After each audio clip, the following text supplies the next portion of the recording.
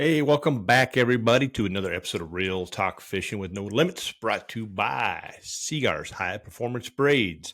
It is it's 2025. Happy New Year. This is our first podcast for 2025. We did 40 episodes in 2024, so I think that was pretty good, well received. So we're going to keep this going, and I kind of been saving this one, recorded it just for Christmas with a couple good friends, because this is a great episode. You're going to want to tune in and listen. Some new twist on things. We're going to talk a little conservation and funding and give everybody a little history and lesson on how all this works for our fisheries and our hunting side of stuff.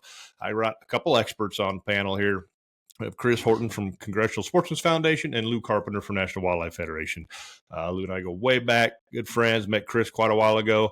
These guys know their stuff. And I just feel like most of the world isn't educated in this realm as much as myself and many others that kind of live in that space, which is completely understandable. So we want to give you some history and just some insight on how a lot of this works. I see people talking on forums that are social, and they're complaining about funding and their DNRs or GFPs and how things work. We're going to try to break that down a little bit so you can understand it a little better. We could go for hours and hours to do this, and you may never get the gist of all of it, but it's pretty complex. But highly recommend you tune in and listen to this. So that's enough about me. So after this short message from Seagar, we're going to hear from the guys who know it best, Lou and Chris. So stay tuned for this episode of Real Talk Fishing. Hey folks, I want to tell you about this new line that Seagar introduced this year. It's been on the market for a couple years, but it's been over in Japan. They just brought it over to the United States this year, and I absolutely love it. It's called PEX8. This is by far the thinnest diameter braid I have ever used. This is still an 8-strand braided line with such a thin diameter. It's unbelievable. I'm using an 18-pound test today, and it feels like 2-pound. You know, the advantages to this thin diameter is if it's windy out, I'm not catching much wind, I get less bow in the line. High pressure situations where the fish are, taking on a lot of fishing pressure, a thinner diameter line, less visible, of course. Current in the rivers, I'm going to cut the current a little better. I'm going to get better control, and they did all this without losing any of its strength. This stuff is still strong as all the Seagar braided lines, and the sensitivity is second to none. So check this out. This is PEX8 over at seagar.com. Hey folks, thanks for tuning into this episode of Real Talk Fishing with No Limits. Today we are diving into a subject that isn't the most sexiest thing. It's ridiculously overlooked and shouldn't be, because it's the most important thing, and that's conservation. And I got two of the best known conservationist guys I know who live in this space, live it, love it, and they've dedicated their life to it. We got Lou Carpenter from National Wildlife Federation and Mr. Chris Horton from Congressional Sportsmen's Foundation. So nobody knows it better than you guys. What's happening down there, up there, over there, and down there, I guess we're talking, right? It's never boring, that's for sure. Always something going on. No. What state are you in today, Lou? Today I'm in Colorado, a little southwest of Denver. Yeah. And Chris, south? I'm home in Arkansas. You're home. So we've been trying to get this scheduled for a while, but the guys are busy as hell doing what they do, and they're all over the place. Lou's got a large region, and well, hell, I'll just let you two tell that. Let's get our listeners a little background. We'll start with you, Lou. Well, I'm happy Chris is here because I'm sure the birds are flying and he'd rather be somewhere else. But yeah, I'll start off. Lou Carpenter. I work for the National Wildlife Federation. I'm a director of conservation partnerships. But before I came to National Wildlife Federation, I was a journalist in the hunting and angler space. I was an editor of a fishing magazine called Western Outdoors. That was the region was Alaska down through Baja. We had a weekly newspaper in California called Western Outdoor News. I worked for that for about a decade as an editor, then produced some hunting and fishing television for a little bit. And, sitting in a cubicle wasn't quite my space. I felt like I needed another job where I could hunt and fish on the job. And I stumbled onto the National Wildlife Federation, and I've been there 17 years now. So I'm fortunate to work with many of our affiliates. We have 52 state and territory affiliates. I work with the Intermountain West ones. For the large part, I also have a little bit of program work down in the Gulf and work on Louisiana wetlands restoration, which also allows me to tug on some big bull reds and snapper and cobia and other things. I get to fish with Chris once in a while. I fish with Brian many, many times. And so I'm a grateful man in the work that I do and get to work on some issues that benefit hunters, anglers, wildlife habitat, all the things that are important to us, uh, in the outdoor space. So, and I'm from Colorado originally, about an hour north of here at Greeley. It's quite the little resume. I don't know if it's little or not, but you've been around that space for a long time and lifting mountains. And yeah, we will touch on some of that golf VP type stuff you've been doing down there. And I know the public land stuff is always a program that you can't seem to get out of, no matter if you wanted to or not. So, all right, Chris, from the warmer venue. Slightly today. We are cold, thank goodness. Finally got some cold weather, some ducks, and hopefully some woodcock are down. So, but anyway, Brian, really appreciate you having me on. I'm Chris Wharton, Senior Director of Fisheries Policy for the Congressional Sportsman's Foundation. Started my career as a fisheries biologist for the Arkansas Game and Fish Commission right out of grad school, and loved doing that. Didn't think I'd ever do anything different, and I was a reservoir research biologist. And then I became the state's first black bass biologist, running the black bass program. Obviously, bass fishing is big in the state, still the number one salt sport fish in the state. And obviously, we're a pretty popular tournament state with a lot of professional anglers that came from there. And I really enjoyed letting those guys gripe at me at the boat ramps all the time and enjoyed, working to try to make fishing better in the lakes. But I learned pretty early on that in my career there that natural resource management is much about people and politics as it is about the actual critter. So 5 years into my career, I had an opportunity to go to work for BASS, the Bass Angler Sportsman Society, and joined as their conservation manager. I thought, well, I'm going to try working on behalf of the anglers for a while, helping them try to understand the science, but also helping them engage on the policy side of things. And I had a really good run at that. Went from conservation manager up to was conservation director for several years. And again, really enjoyed it. Didn't think I would ever have a reason to leave. And then lo and behold, working with the Congressional Sportsman's Caucus and the state legislative sportsman's caucuses and the Congressional Sportsman's Foundation on fisheries policy in the states and on Capitol Hill, CSF offered me an opportunity to go to work for them, and I can move back home to Arkansas and would not have to live in DC. That'd probably been a deal breaker for me, but certainly get to live in Arkansas and just go where I'm needed. And sometimes that could be in Alaska to Florida, but I still work on fisheries policy. Still work with all the angling groups in the communities, the angling community, and yeah, we cover everything from federal fisheries management, state fisheries management, and a little bit of everything in between. So, yeah, I can. You both got great gigs to keep you out there on the water, in the fields, and I think we can all say we spend enough time in DC that we're damn glad we don't live there. So it's definitely a deal breaker for about anybody. Yep. Unless there's, American shad running or you're shooting sea Right. ducks, right? So, Right. I can agree with DC in that space. Yeah. I need Lou to give me some tips on how you can work so much hunting and fishing into your day-to-day job, because most people think, yeah, well, I guess you get to hunt and fish a lot. It's like, actually, I don't get to do nearly as much as I'd like to, but I fish for a living and I don't get to fish enough. So, I mean, it's most people don't realize that there's so much business involved with, they only see the sound bites or the glory moments or the highlight reel, right? With our whole social media world we live in now, but they don't know about what happens behind the scenes, which is where exactly what we're talking about. It's what you guys come into play with, that is just so overlooked. And I think just in general, the general, population isn't aware of what's going on out there. We are, and our circle is you, and it's, it's these people, so we can talk about it, and it's just secondhand. It's normal conversation. But when I talk to other people as a guide or in my boat or clients or sports shows, it's just over their head and they have no idea. And if they do ever hear about an issue, it's too late, basically, at that point. And you are obviously on those issues, but years before, the general public hears about stuff, you guys are doing the work on the legislative side that needs to be done. It's not, I always say, it's not sexy. Nobody knows about it. Nobody hears about it because you just don't get any glory or pat on the back near as often as you should for it. So I think So maybe watching or listening, Chris came to our NPA conference a couple years ago. I think that was when I was in Florida. We've had a couple National Walleye Federation people come to the conference over the years. I think Andy or Mark and Drew, I think, have all came one time or another and given some updates on stuff.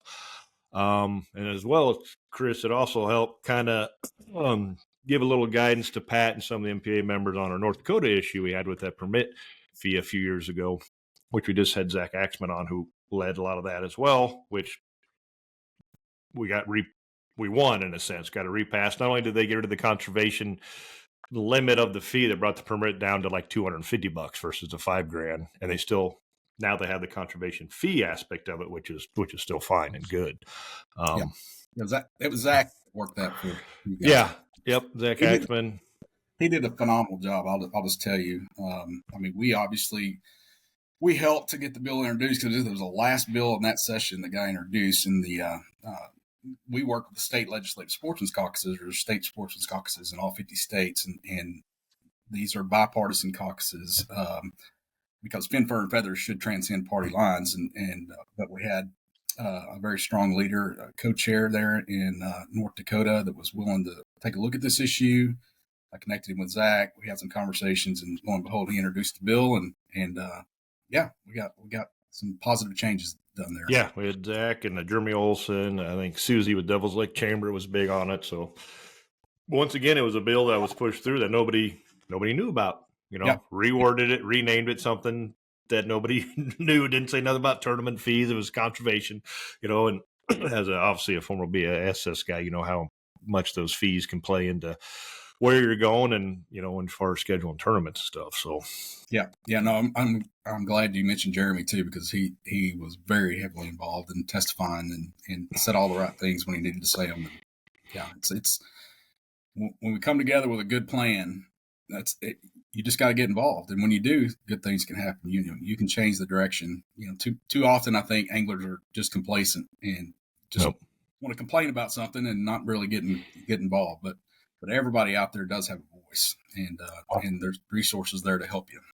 Well, I don't want to gush too much because Chris will get a big head, but our relationship at the National Wildlife Federation with Congressional Sportsmen's Foundation is tremendous. It's incredibly powerful. The states that I work in, the folks that you have on the ground that bring sportsman groups together in coalition, building political power, it's just not easy. I'm a relationship manager, so are you, but your direct hyper-focused access on those state legislators and federal legislators is where the decisions get made, right? And, we have a tremendous advocacy machine at the National Wildlife Federation that brings people out to make comments, but you guys are directly with the folks. And I mean, a testament to that is I finally made it to your CSF summit in Baton Rouge a couple of weeks ago, where you had all the state senators there. Really powerful event, right? A great opportunity to connect with folks that are making decisions at the state level that impact all of us as hunters and anglers. And so I'm grateful for the work and the partnerships that we have with you guys. And I just thought I'd add that in there because it's not easily known. When I was an editor of Western Outdoors, I really didn't know much about the conservation community. I'd get the press releases and things like that. And I'm like, well, they clearly know what they're talking about. I'll move that information. I feel trusted about it, but I didn't really know, what really is going on behind the curtain in some senses. And now I'm aware of it all for sure, and how powerful the machine is, and when it all comes together in the right way, right? When we're bringing all the hunters and anglers together, the legislators, the decision makers, and we can get a lot of stuff done. So appreciate you, Chris, and the work you guys do.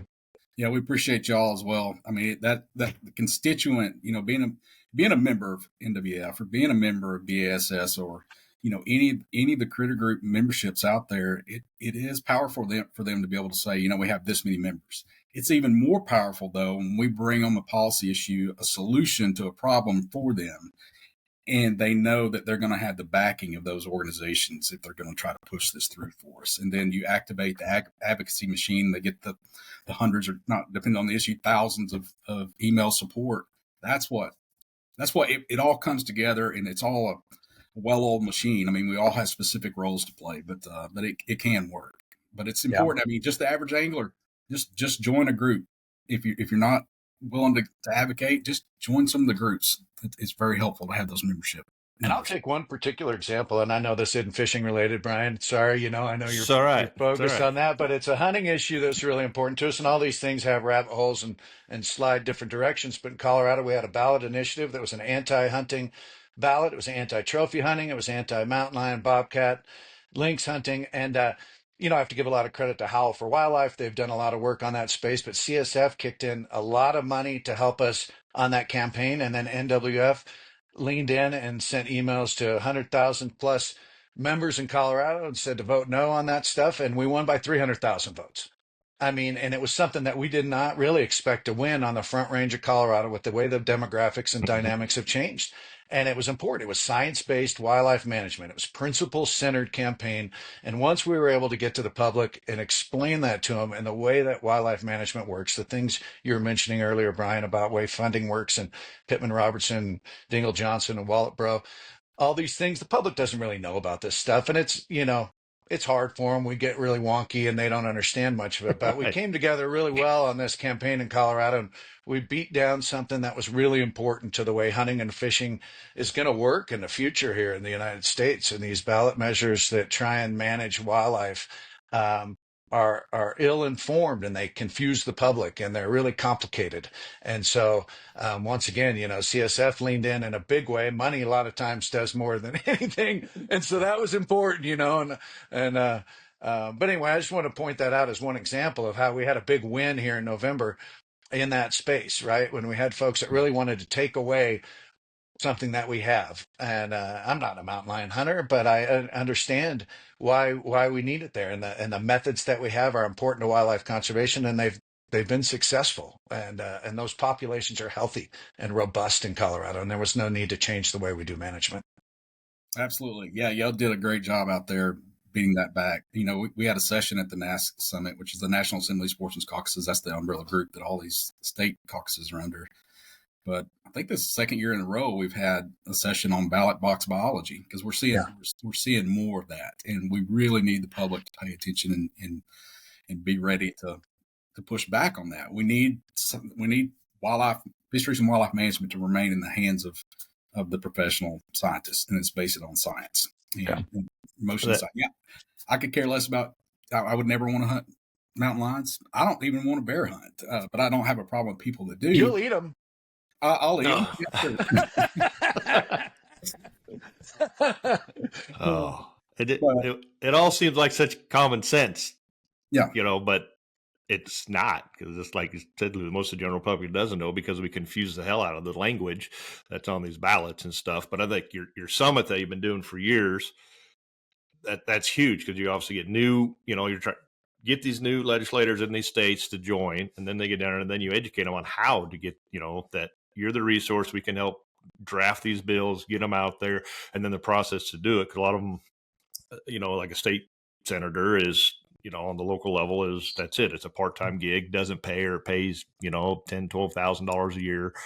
And it's their first time. They don't really have any idea how to do it. And you guys can really thread that needle and drive, drive it right through there, but you still need those boots on ground, but just like Lulu's boots on ground in several states, you got, CSF's got guys all over the place, educating and doing that, but you still can't be everything to everybody, and you can't be everywhere at once. yeah, yeah. Go And ahead, our Luke. task too, one more point on that is, sportsmen in different spaces. Anglers might be like, well, that's a hunting issue. I don't know that I need to lean in on that. Upland hunters, you know, that's not coming to us anytime soon. But I'll tell you, even after November 5th, and we had a big victory there, the folks that brought that ballot initiative have gone back to the commission again, where we've already beat them, and they're focusing on methods. They want to ban dogs in hunting. And that eventually is going to trickle to upland. And when you have folks that also talk about, maybe it starts off as coyote killing contests, but they start to talk about killing contests. Well, I mean, a kids fishing derby is a killing contest. I mean, we all have a stake in all of these places, and I Lead. hope folks are starting to pay attention outside of their realms. They don't think it might come to them, but it will, and I hope they come to us and they work with us because we've got ways to win. We really do. the lead, right? We're going to be dealing with that. That's a hunting issue that's crossing over into the fisheries world, and fishing is slowly getting there. Yeah, Tungsten. yeah. No, we see lead fishing bills pop up all the time. Really, our position on that is, look, lead's an element in the earth. I mean, it's there. So if there's a science-based justification for if lead fishing tackle, discarded lead fishing tackle is having population level impacts, then by all means, the state agencies will regulate that. It shouldn't be a federal thing for one, but the state agencies should regulate that and would. But in reality, there hasn't been any evidence of lead fishing tackle having population level impacts anywhere. So until that occurs, we're going to be opposed to doing away with traditional lead fishing tackle, just because, as you know, it's cheaper, and we see it as actually an access issue for, for some folks to have to go to buy all tungsten or yeah, tungsten's expensive. Yeah, exactly. Yeah, you just don't get the performance. I mean, it's kind of hard to put tungsten split shot on. Yeah, a little bit. So, well, and I don't know about you guys, but I mean, I got lead sinkers in my tackle box from 40 years ago. I'm not losing a lot of lead in the water, quite frankly. And the National Wildlife Federation takes a voluntary approach, right? We try to educate the public. If they choose to use some other things, then that's up to them. We want to give them a little bit of information about where they can get that stuff, especially in the hunting space. Some states are doing a great job by providing that stuff for free, but we take the voluntary approach as a policy, and that's where we sit on that too. But yeah, I don't. I mean, I fish a lot, but I don't know how much. I'm not leaving a bunch of lead around. I don't even understand. But maybe there are some folks, but I don't think so. Lou uses one of those long, flimsy sticks a lot more than you and I, though, Chris. So he doesn't. There's not a lot of lead involved with one of those things with the little flies on the end of them. Well, you'd be surprised how little I do compared to. I used to be all fly fishing when I got to Western Outdoors. I got admonished. I got ridiculed. I had to grow my space into largemouth bass, into steelhead, into saltwater fishing, and everything. I haven't done as much walleye, Brian, and I haven't been up to see you enough, but I understand they're very tasty. I've eaten one or two, I think, in my day. Very, very tasty. Very. You're missing out. I don't know if it's as good as a redfish on a half shell type thing, but pretty damn good. I don't know what the number is, maybe Crystals, but hunters and anglers, I don't know. It's small. Obviously, there's 51 million anglers or something like that now, and closer to 60 now. 60 and maybe 5 million hunters, but it's got to be 70% of those hunters are anglers. Oh yeah. Typically there's a pretty strong crossover there. I don't know where there's a strong crossover from the hunting to the angling side. It's not the same on the angling side. Not as many. There's not as big of a proportion of anglers that hunt, although there are.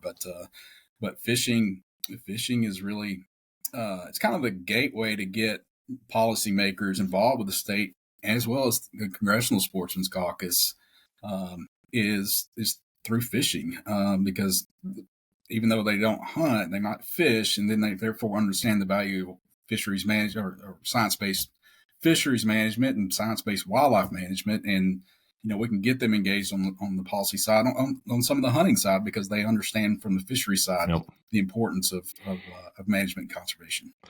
I think one thing to make all of this a lot easier down the road, which is it Amendment 2? The Florida you guys got passed on this last cycle, right to fish and hunt? Yeah, I think it was 2. It's 2 or 4. I don't know. I can't remember. There's a lot, but that is like the 25th or 27th state now to make fishing and hunting basically a constitutional right in that state. Yeah, I think it's the 22nd or 23rd, but yeah, I mean, that was honestly, that was a little bit surprising to us, because some of the resistance was coming from some folks in the fishing community, some influencers there, and they were making all the same arguments that have been made in other states. Well, this traditional methods will open up opportunities for bringing back the gill nets that were banned. Well, no, you've already got that in the Constitution where that's already banned. It doesn't supersede that, and it still is based on the commission. Still, fishing science-based management authority still resides with the commission, and they can implement restrictions to protect the population. So anyway, yeah, that was we were a little bit worried about that one there, but it did pass pretty handily, and I thought it was like 60%, right? 67%. Yep. 67, yeah. So it Staggering. needs 60 in Florida, but it passed with 67%. But yeah, the right to hunt and fish is making sure that we use hunting and fishing as the way we've traditionally been able to do it, is as basically conservation tools, to be able to manage populations, is to ensure that still resides with the commissions and with the anglers, because we never know what the future is going to hold. We've seen where there's a lot of efforts in some states to get non-consumptive users, so non-anglers and hunters, on state game commissions that would be making decisions relative to the ability for us to hunt and fish. So right to hunt and fish in the state's constitution really protects that. And what a lot of people don't realize is that the very first right to hunt and fish in the Constitution was in Vermont's original state constitution in 1777. They put a right to hunt and fish in their constitution. So this isn't a new concept. Just Vermont was way ahead of everybody else. I got a question for you, Chris, too. I'm not sure. Colorado doesn't have that right to hunt and fish. I don't know that would have helped us on this ballot, this anti-hunting ballot initiative, right? And we've seen states like Utah that were wise years ago that banned that type of ballot initiative on wildlife management. Mm-hmm. And I'm wondering a state like Colorado has a super majority right now in the Democratic space that's probably not going to be able to change something like that. But, I'm wondering about ways that we can get that changed in other states, where you can't put wildlife management on the ballot. And I don't know what your prognosis on that is, or how difficult it is these days to make that type of an amendment.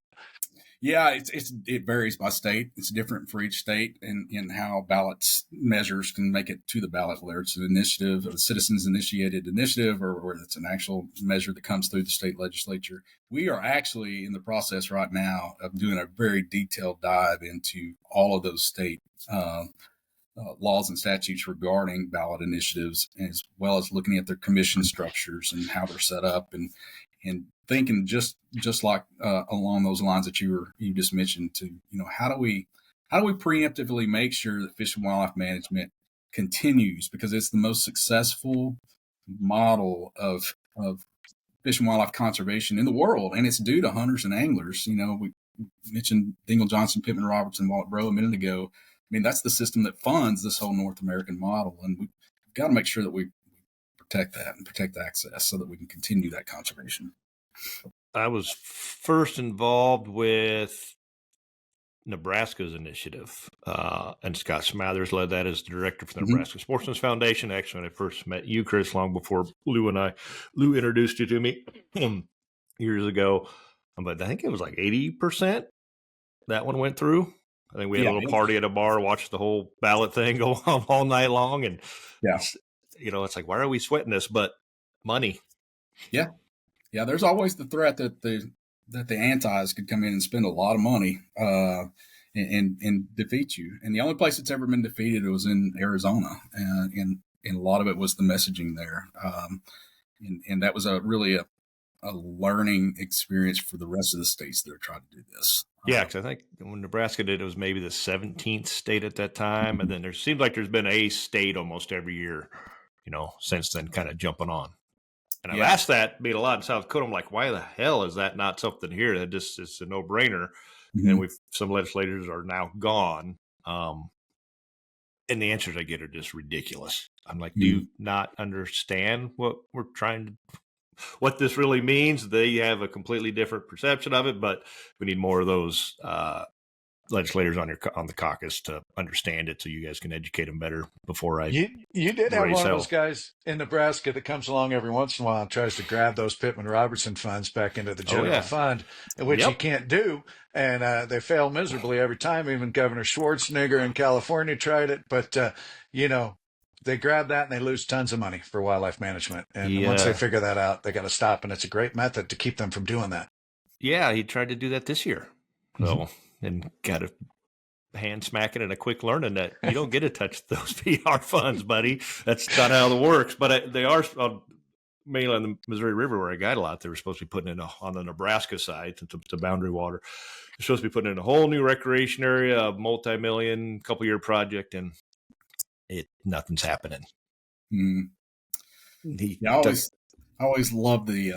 I've had an opportunity a couple of times for a couple of states that were looking to sweep those funds into the general fund in order to, and not the federal dollars coming back. It was the state license dollars that they were going to sweep into, take some of the license dollars to balance the budget. And all you got to do is contact the regional office of the U.S. Fish and Wildlife Service, the Wildlife and Sport Fish Restoration Coordinator, and when they see the bill language, they'll write a nice letter to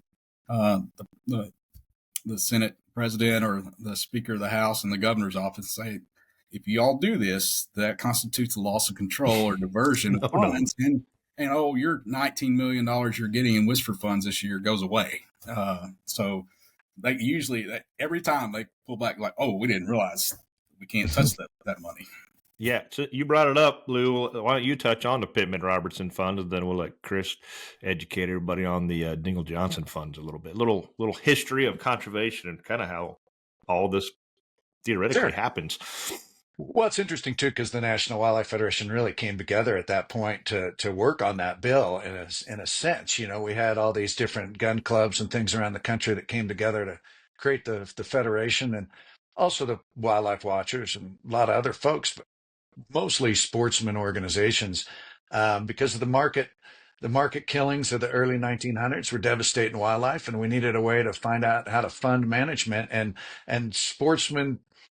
Self-imposed excise tax, right? And we've had trouble with other stakeholder groups doing that these days. We can't get the backpack tax or the mountain bike tax or the kayak tax in the same way. But I think and I don't know the details as well as Chris probably does, but it's in the 30%, 35% range excise taxes on firearms and ammunition. That goes to 11%. Oh, well, it feels like 35 to me. Yeah. Sorry, it's 11. Yeah, I knew that I would be wrong on numbers and I shouldn't be doing numbers. 1935 or 37, something like that. That's right, when it all happened. But but anyway, those taxes go into a federal fund that match these state licenses. So the more licenses a state gets, the more their funding goes up. I think, Chris, if I'm correct in that on the broad strokes. But, it's a self-funded, it's a self-imposed tax by a user group, and it's a really important model that we really can't get to today in other spaces, and it's funded wildlife conservation to the tune of I don't know how many billions at this point, north of 20. Since the beginning of the program, yeah, it's well north of 20. I don't have the numbers in front of me right now. Like 399 million just in 2022. Yeah, it's a staggering amount. And like you said, when you're talking about 19 million to a state for funding wildlife conservation, in a lot of cases it funds the entire state agency. I know there's other components these days, but still the vast majority. And then that, it is a complicated issue with the way that we fund. It gives sportsmen that seat at the table that's really important because we're the ones in the field. We're paying attention to what's going on. I know other folks would like to have a little bit more influence, but they're going to have to pay in to do that. And then there's a lot that comes with that. But, Dingell-Johnson, Wallet Bro, those are in the fishing space. Chris, you could mention those. You said Wallet Bro's the champion these days. And I know there's a lot of ways, with manufacturing over in Asia and different things like that. There's a lot of loopholes involved in all of this. And so we're constantly trying to pay attention to that. Groups like CSF, American Sport Fishing Association, pay real close attention to making sure that the funds that should be coming into these spaces are, and that we're not, manufacturers aren't getting around it by any means. And I think we're doing an all right job, but it's always a risk. Yeah, no, you brought up a really good point on foreign countries, and I'll touch on that in a second. But yeah, I think that the Pittman-Robertson on the wildlife side on taxes on firearms and ammunition was the first one, and that worked so well past the 1937. That's where you're getting your number. You're generous. It worked so well for a while that the fishing groups, the fishing industry, and the anglers said, "Well, wait a second, tax us too. We want some funds like this coming back for fisheries management and boat ramp building and the things we need on the fishing side." So, in 1950, the Dingell-Johnson Act passed, which placed a 10% excise tax on fishing equipment like rods and reels, lures, hooks, sinkers, bobbers, fishing line, and a few other things, and that gave the fishing side and the fisheries management world a little bit of a boost. But in 1984, an amendment came along to that, a substantial amendment that actually Ray Scott, the founder of Bass, had a lot to do with that too, making that happen. But 1984 passed the Wallet-Bro Amendment, which increased the list of things that were taxable and also included the marine fuel tax. So basically, there's a way that IRS calculates how much fuel and the federal fuel tax is spent on motorboat fuels, and that actually increased the pot by like additional, like more than doubled it, essentially. So 60-some%, I believe. Yeah, And yeah, I know I'm a hell of a contributor to that, and it sucks, but it's for a good cause. Every day I fill up, I say that. I'm like, it's good cause. We have to go back and reauthorize that every 5 years as part of the Highway and Transportation Bill. And actually, we're in the process right now of finishing kind of the tweaks that we need to make moving forward in the next 5 years, and that'll be up for reauthorization next year. So we've got some draft language that we're working on. But one of the things that, and Lou mentioned it, that looking at the online marketplaces we have today, there's a lot of fishing tackle that's being delivered directly to the consumer from foreign manufacturers, and they are not paying the excise tax. And that's called an excise tax slippage issue. And we've been working with ASA, and this is also happening on the archery side for some of the archery equipment that's taxed, and primarily arrows being the big one. I believe Easton Arrows is the only one made in the U.S., and they're paying their 10 or 11% tax. But the bulk of the arrows people are getting are from overseas, and they're not paying the tax. So we're working with Congress on ways to address that, and it's been well received.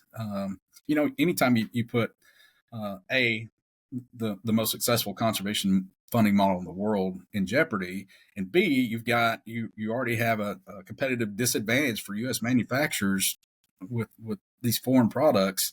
It's pretty easy to get bipartisan support on this, so I'm confident we'll fix that. It's not a huge number right now. I think just real conservative estimates, maybe $17 to $20 million worth of excise taxes we're losing, but it's growing, and it's going to continue to grow with the availability of just buying anything online now and getting it shipped directly to you. So we don't want to see this incredibly successful system eroded in any way. So. And I'll point out the St. Croix hat right there, right? A great rod manufacturer in Wisconsin. Our good friend Jesse Simpkins is up there.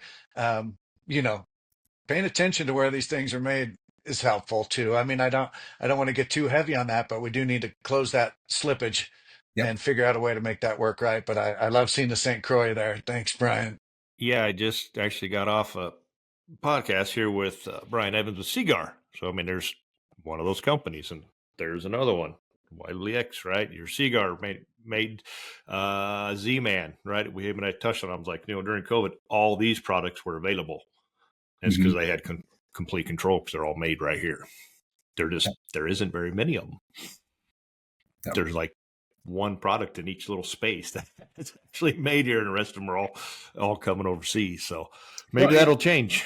Just to be clear, we have a lot of manufacturers, Shimano and Daiwa and all, but they're all good players. I mean, they import stuff here from, if it's made in the factories overseas, they're paying the excise tax as soon as it lands on U.S. soil. So they're writing big checks. I mean, like 6-figure checks a quarter, and they gladly do it because they know it goes back to conservation. I was at Pheasants Forever, their annual Pheasant Fest, and I think it was the CEO of Federal, who was a huge sponsor for Pheasants Forever.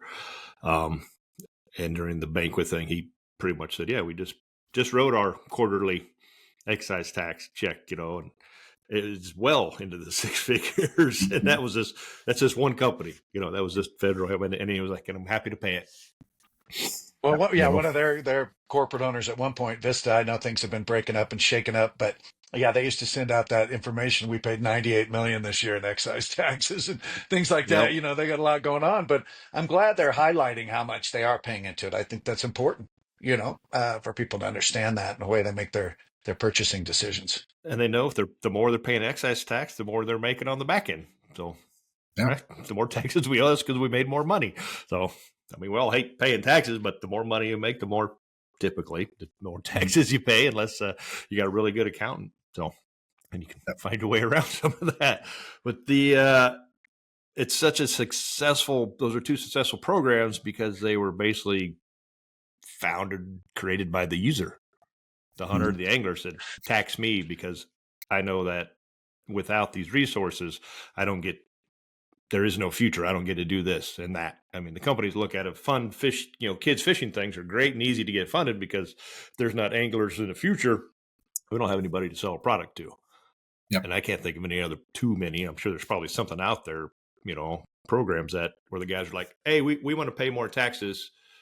We wish some of that would happen so the bikers, kayakers could do it, whatever, who are non-consumptive users is what we're talking about, that are utilizing the resources that the hunters and anglers are paying for, and the other guys aren't paying their fair share of it. Well, that non-consumptive Yeah. dialogue is changing rapidly. We're starting to do studies here in Colorado where, they'll create a mountain bike trail through an elk migration corridor, and we can tell you between a hiker, a mountain biker, an e-bike, how much disruption and how far that goes out onto those elk herds. And so, in a sense, it's nobody's non-consumptive. Even Right. the way we do agriculture. Some worms got to die, right? So Right. it's an interesting conversation. We've used that term for a long time. I'm not really a fan of it because I feel like it's deceptive. It feels like that those folks are out on the landscape and they're not having an impact, but they are, and we're paying for that to make sure that habitat and open spaces and beautiful scenery and everything is still there for them, public lands and all of that. So how do we get them? How can we hook them, Chris? How do we get them to pay their fair share? Well, actually, I serve on the Sport Fishing Boating Partnership Council too, which is an advisory council to the Secretary of Interior and Secretary of Commerce, and we are actually embarking. Our last meeting in October and voted to start going down this path of looking at the solvency of the Sport Fishing and Boating Safety Trust Fund that we have now that's on the fishing side, and thinking about things like if it's primarily funded by fuel tax, what's the progression towards EVs, electric vehicles, going to be? Mm-hmm. And they're looking. Some states are doing. I think it's Washington is doing a pilot study on not like a highway fuel tax, but like a miles traveled tax or something like that. So there's some fundamental changes potentially coming that may have substantial impacts on that fund. So we're looking at the solvency of where we are, and then what opportunities there are to protect that funding or potentially grow that pot in the future, and what would it what are the talking points we need to come to the table for with the potential the kayak manufacturers or other potential outdoor recreation equipment type folks to talk about this program. But as Lou mentioned too earlier, there's a flip side to that where if you start taxing other products, you bring other user groups to the table, which may not be a bad thing in most cases, but it could cause problems in other places where you have folks that don't like fishing or hunting or harvesting animals at the table. So it's a little bit of a conundrum, but right. And where does it end? Yeah, exactly. So at least on the fishing side, we're looking at the tremendous success, and this will be the 75th anniversary coming up in 2025 of the Sport Fishing Restoration Fund and the Dingell-Johnson Act. So it's appropriate. It's time. We've had a very successful 75 years. What's the next 75 years going to look like?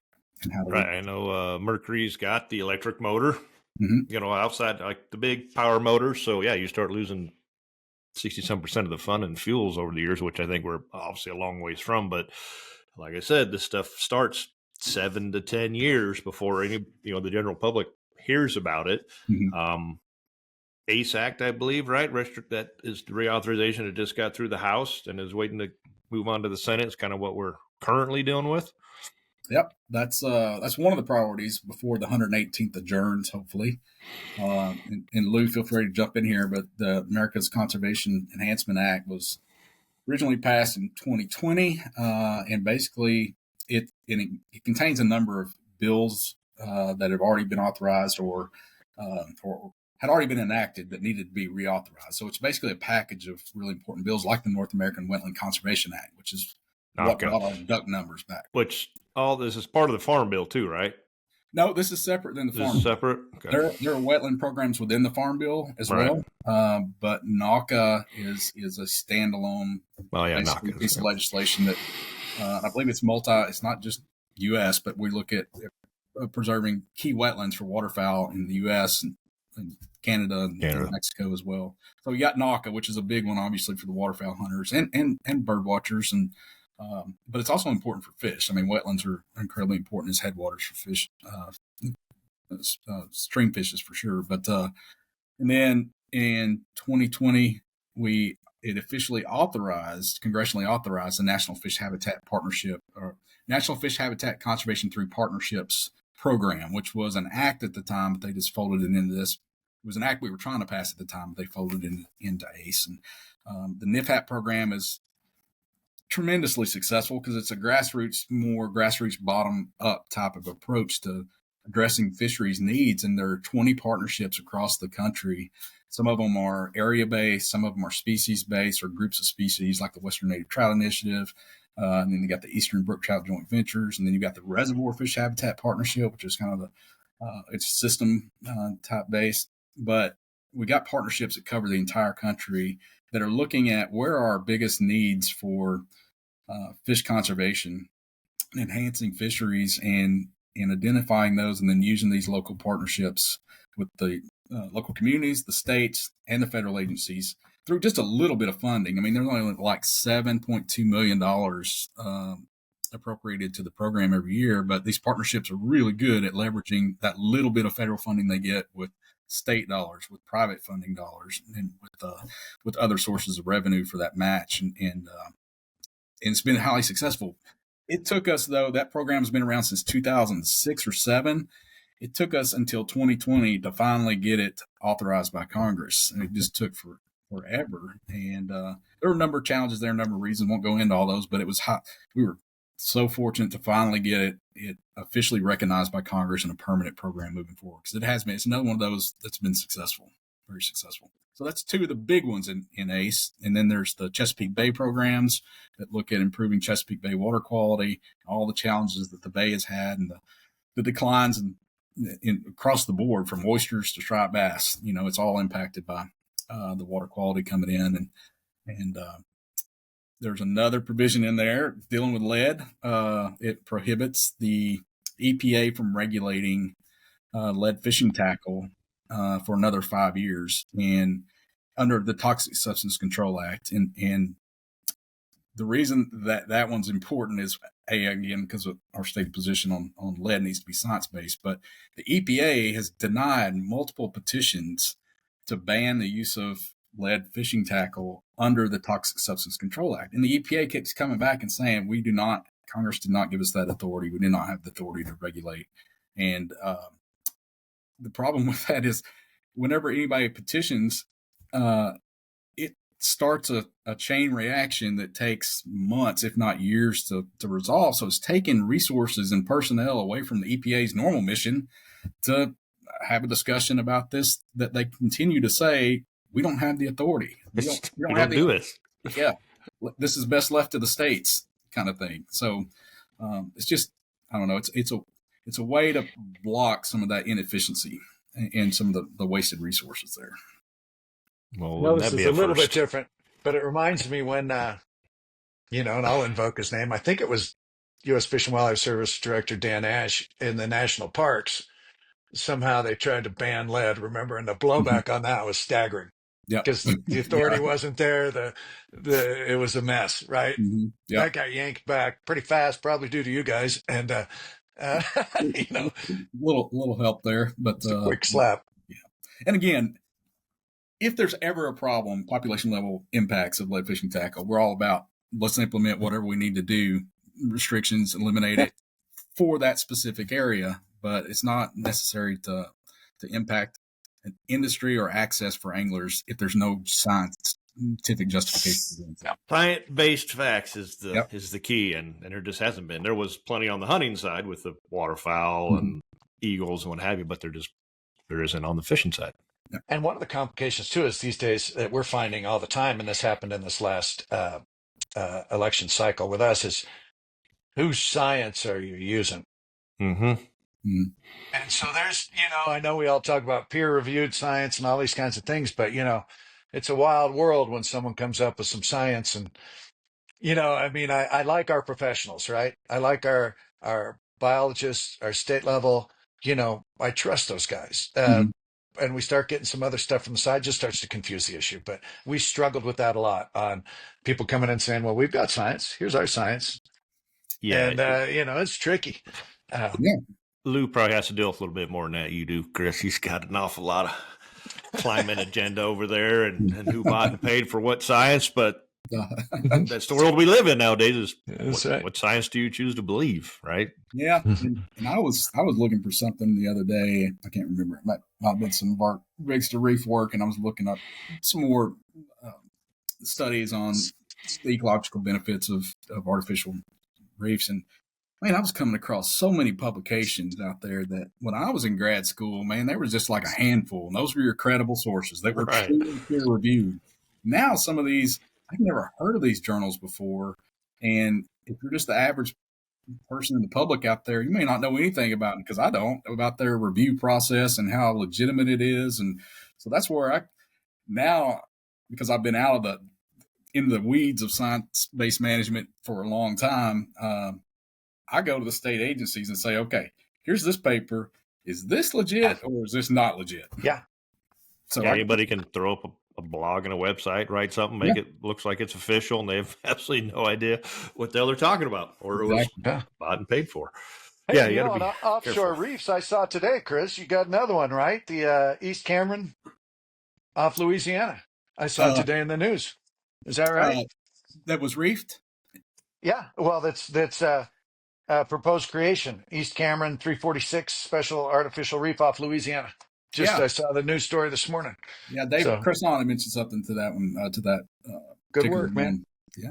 Well, I, CCA Louisiana has all that has their hands in all that, and they're trying to rebuild reefs that have where oil platforms have come out, and that's one of our big priorities is we're seeing a rapid loss lately of offshore oil and gas platforms that provide tremendous ecological benefit. And there's been numerous studies that conclude that these things just have intrinsic environmental value once they go in the water.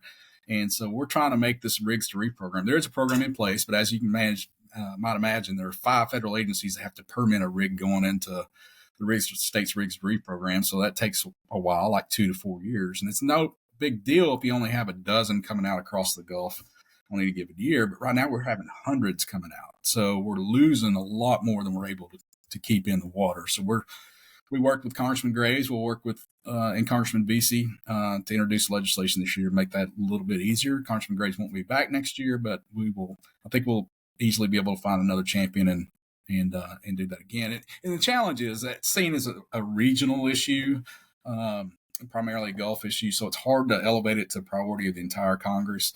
But what we're trying to tell folks, and Luke can attest, and Brian, maybe you too, that's been down there.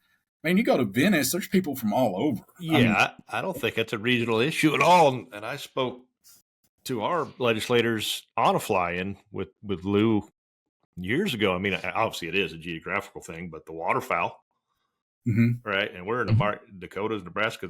We're cruising through here, and we're going somewhere. And if this shifts or that isn't, that nesting isn't there, it changes everything. I think it was. I don't even remember what we were there to speak about, but I was with Thunes and Rounds, and they were like, what the hell do you care about shrimp or something like that? But I explained to him, and he's like, oh, yeah, totally. I'll vote for that.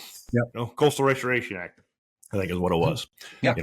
Yeah. So, and then Menhaden, and I mean, you brought up Louisiana, and you went that way, Lou. So let's, and then Chris is just touching on it, the reefs, and that's such a fragile ecosystem down there that it affects everything. Like you said, everybody's coming down there to fish, oil and gas industry, waterfowl. It's a catalyst or whatever you want to call it for so many species, pretty much all around North America in a sense. So Yeah. Well, it's and just like any of these conservation issues, we're constantly fighting them. They come up again and again and again. We got that Restore Act passed for 18 billion for coastal restoration. Then we worked on coastal master plans, and then we're fighting down there on making sure the money gets used right. And then during your summit there in early November, we had Governor Landry, who was and saying, well, we've got some opposition. We need to talk about this a little bit, some of these programs, and they're already permitted, they're already paid for, so we're constantly advocating, even once we've won in a big way on conservation wildlife issues, and the Gulf is no different, right? There's a lot of stakeholders, there's a lot of different interests. It's complicated. There's commercial fishing, there's oysters, there's all kinds of crazy things that have to be taken into account. And there's a lot of agencies, like Chris mentioned, it gets complicated. And so, and we have politicians transitioning in and out, and they may or may not be as well educated as they could be. But I rely on Congressional Sportsmen's Foundation to make sure they know the right path forward most of the time. And sometimes we'll nudge with a couple 100,000 comments in their mailbox. But um, it's something we all are constantly working on, and I think that area deserves it. Um, and we've got money to make things happen that can improve the habitat, improve the fisheries, improve waterfowl nesting sites and habitat. And so I'm just glad that you can't really do anything without funding. So I'm glad that we have some, that we can continue to work on these things and just continue to advocate for the right way forward. Nobody ever sees eye to eye on everything, but we just keep working on it. That's the beautiful thing about relationships, and just doing our best, right? And so things are still improving down there. Last time I was there with you, Brian, we had stacked up the triple tail and the cobia, and it seemed pretty good. Yeah. And then Chris, I was with you on snapper and cobia too. I mean, the cobia keeps showing up, it seems like, lately for me. But they're not easy either, and they need those reefs. They need those rigs. spots. They like them rigs. Yeah, they like the rigs, man. We got to get on them, and that's a great fish. That's for sure, a great sport fish. So we just keep working at it. That's all we can do, and try not to piss off too many people along the way, and we can get a lot done. The work never ends. It just rolls from one thing to another thing. I mean, and it all ties together. You talk about being funded. It's not often you hear somebody say we've been funded and we have the money, because you think of like land water conservation fund and stuff. A lot of these things get passed and are authorized, but then they're never funded or fully funded. So everybody's jumping for joy and awesome. We got this through. That took 5, 6, 7 years. You're like, great. Now it's 10 more years or whatever it is until there's a dollar behind it. And that process sucks. Yeah. Most people don't realize that passing a bill to do something that authorizes a funding level, that's the first step. Yeah. The second step is now you got to go back to the appropriators and through an appropriations bill, actually get the money for that. And Congress may not, or state legislatures as well. They work similarly, some of them, but you're not guaranteed that project was authorized for 50 million. They may only give you 10 million. So you're going to have to come back the next year to try to get that other 40. Or anyway, it's a never ending process. But then what people don't realize is, okay, so if it is appropriated, and let's say a PR fund or something, and now the state's being awarded 19 million or 10 million, and it's based off all sorts of formulas to figure out which state gets what, that state needs to match 25% of it. Mm-hmm. Well, that state may not have 25% of it or whatever else. This is where it gets so far over people's head that they're like, why the hell aren't we doing this? Why don't we have that? I pay all these license fees and blah, blah, blah. And it's like, well, they manage, we got 5 million acres of public land here in South Dakota. I mean, the Black Hills are a big part of that, but that stuff's coming off tax rolls. Yeah, we sell a ton of hunting and fishing license, and obviously the fish, the pheasant hunting's big business here, but fishing's damn near as big, and depending on the commodity market, our outdoor rec can jump ahead of our ag economy. Otherwise, it's it's 1 and 2 basically usually is the leaders in it. But things get dirty, things aren't fully funded. It gets, the language is confusing, people don't understand it. That's why it is complicated, and that's why I think sometimes sportsmen are just very complacent. It's like, man, I can't do anything about it. I don't even understand it, or even how anything works. But again, that's why it's so important to join these various sportsmen's organizations out there, because they've got somebody like Lou or like me that work on government affairs and are up there on the Hill or in the state capitol on their behalf. So just even joining organizations is helpful.